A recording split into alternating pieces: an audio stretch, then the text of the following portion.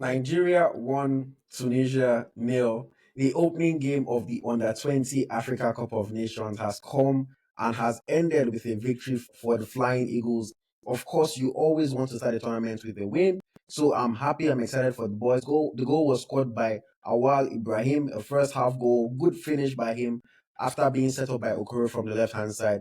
All in all, happy to see the Flying Eagles get a victory. But what are some of the key things that we noticed in this game? I want to do a quick review of the match. And of course, please like this video, subscribe to the channel so that you can enjoy more Nigerian football content and engage with me in the comments so I know your own thoughts on the game as well, whether you agree with me or not.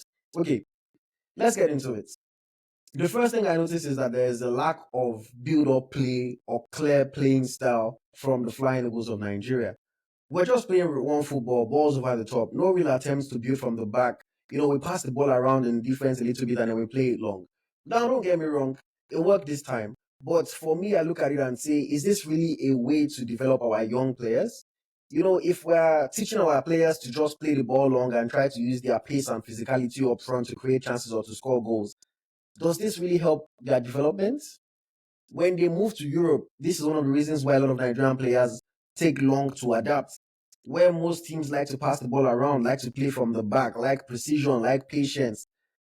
No midfield link up really, just long balls. It's effective against a team like Tunisia, but when we face some of the tougher, more disciplined, more, tactical sides in tournaments, is it really going to help us? And I know that in Nigerian football, we have this win now mentality. We don't think too much about the future.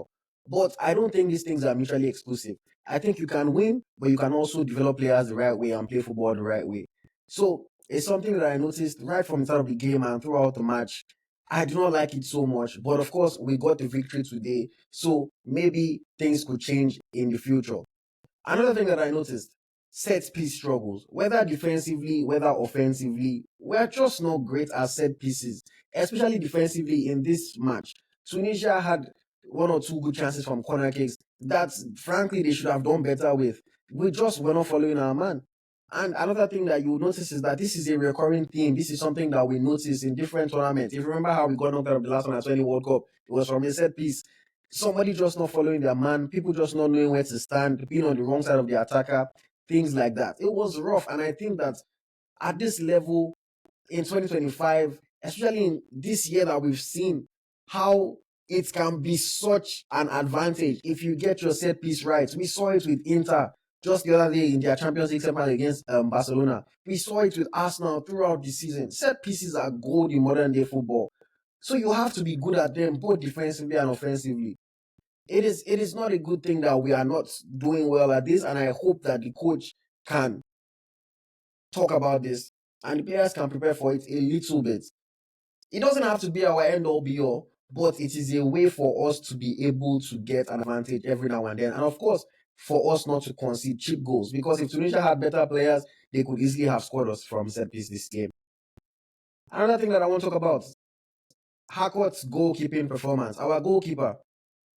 Now, boy, Harcourt looks confident, has good size on him, but on the ball, his distribution is poor.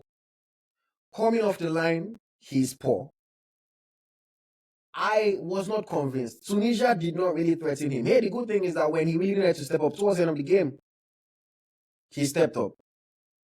But it is something that we might need to fix if we are going to face some of the tougher opposition in this tournament. Not every goalkeeper has to be a ball-playing goalkeeper, but we know that modern-day goalkeepers is something that is demanded from them. And again, I am just projecting these boys trying to go all the way to the top. He needs to improve that sort of this game. He doesn't have to be an Ederson, he doesn't have to be an Allison, but he needs to be decent at it. In this game, he wasn't decent at it, at the very least. Once again, I will say, towards the end of the game, when Tunisia had a golden opportunity, he turned up. So I have to give him credit for that. He is one of the reasons why this game ended 1-0 and Tunisia did not score a goal. Point number 4, defensive discipline.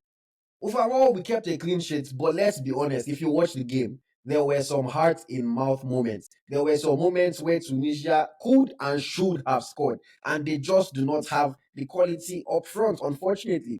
We also had moments where players just diving into tackles and just getting beat so easily. We also nearly conceded a penalty. It was a 50-50 one. I personally don't think it was a penalty, but the wrong referee on the wrong day, and then you're considering a goal from the spot. So we need to be more careful with this. Again, it did not cost us today against Tunisia, but against a stronger side, against a team that is more tactical, a team that has more talent on the ball, this thing can cost us. So our defensive approach today was just about strength and just about, physicality, trying to get on the first ball. But in terms of keeping a line, in terms of knowing where to press, knowing where not to press, we were not quite good at it. There were a few moments where they showed good resilience, everybody putting the body on the line to stop a goal. And I like that. I like that. You cannot lose on talent, lose on quality, and also lose on effort. So I like that the effort is there. But I think that we need to do a better job defensively, tactically, to make sure that we maintain a shape, make sure that people are making better decisions so that it does not cost us when we face some of the more difficult opposition in the tournament. Point number 5, Kparobo. Kparobo as a striker, his off the ball movement is fantastic. Finding space, dragging players out of position. His run even helped us to create the goal. Even though he didn't score it himself, if he didn't make that run and drag the defender out of position, we wouldn't have scored that goal. But here's the thing. Kparobo needs service. He needs service. He's a fox in the box. He's a poacher. But we can't just rely on long balls to find him. If he's jumping and fighting defenders just for the first ball all day, it's not going to be an easy game for him. And again, when we face some tougher opposition, we don't know how the game is going to go. He needs the midfield to click and give him proper supply. Find him when he makes his runs. Give him good balls that he can finish. He can tear the tournament apart. But he needs the supply. He needs the supply. I'm excited about this boy. I was happy with what I saw from him in this game, even though he did not get on the score sheet himself. And I look forward to seeing him bang goals as the tournament goes on. We got awarded a penalty that I thought he was going to take and score. Unfortunately, the penalty got rightfully ruled out after a VAR check. But still, I think Kparobo is somebody that we should watch out for and somebody that can be critical for us in this game. And then the next point, or my final point, clinical finishing could really be the difference, even if we don't fix some of the things that I have mentioned earlier. That was the difference today. We got one good chance, we scored the goal. Tunisia had a couple chances and they were not clinical. So at this level, at this under 20 level, playing against some weaker opposition, clinical finishing could be the difference. You get a chance, you take it. That's what won us the game. If other teams are not as willful as Tunisia do, we don't know how that's going to be. We can't rely on getting one chance a game. We have to create more chances. We have to be sharper in the final third. We have to be better in midfield. We have to link up our defense, our midfield with our attack much better. But still, a 1-0 win is a win, and it is a solid start. Up next, we face Morocco on Sunday, May the 4th. It is going to be a tougher test. It is going to be a tougher test. But we can build on this victory that we have got now. We can be happy with the result. We can be happy to start with a victory. And then hopefully the rest of the tournament, the team gets better, the coach gets better, and everything works out for us. So there you have it. Those are my thoughts on Nigeria's 1-0 victory over Tunisia at the Under-20 Africa Cup of Nations. It wasn't perfect, it wasn't pretty, but there's plenty to build on. Kparobo is a star in the making, I think so. Harcourt showed up when it counted. Ibrahim scored us a very good goal, but we need to get some things right at the back. We need to fix our set pieces, both attacking and defensively. Let me know what you thought about the game. Comment, engage with me, and let us predict the score for Nigeria versus Morocco. If you enjoyed this breakdown, this review, please hit the like button, subscribe, and turn on our notifications so that you do not miss the next video. Thank you very much. This has been EaglesTracker, home of Nigerian football, and I will see you on the next one. Bye-bye.